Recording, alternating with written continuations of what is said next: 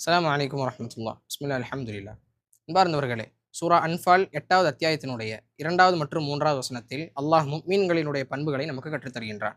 அல்லாஹ் கூறுகின்றான், இன்னமல் முஃமினூன், முஃமின்கள் என்பவர்கள் அல்லதீன இதா துக்கிரல்லாஹு வஜிலத் குலூபுஹும், அல்லாஹ்வை பற்றி அவர்களுக்கு நினைவு கூறப்பட்டது என்று சொன்னால் அவருடைய உள்ளங்கள் நடுநடுங்கி விடும்.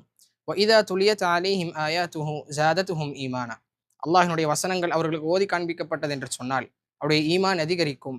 வ அலா ரப்பிஹிம் யதவக்கலூன், அல்லாஹுவின் மீது மட்டுமே அவர்கள் தவக்குள் வைக்கக்கூடியவர்களாக இருப்பார்கள். அல்லதீன யுகீமூன ஸலாஹ், அவர்கள் தொழுகையை நிலைநாட்டுவார்கள்.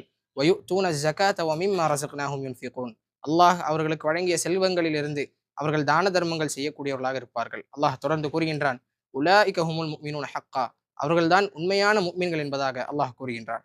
அன்பார்ந்தவர்களே, இந்த முஃமின்களுடைய கூட்டத்தில் நாம் உள்படுவதற்கு அல்லாஹ் சுப்ஹானஹு வ தஆலா நமக்கு தௌஃபீக் செய்து அருள் புரிவானாக. அஸ்ஸலாமு அலைக்கும் வரஹ்மத்துல்லாஹி வபரகாத்துஹு.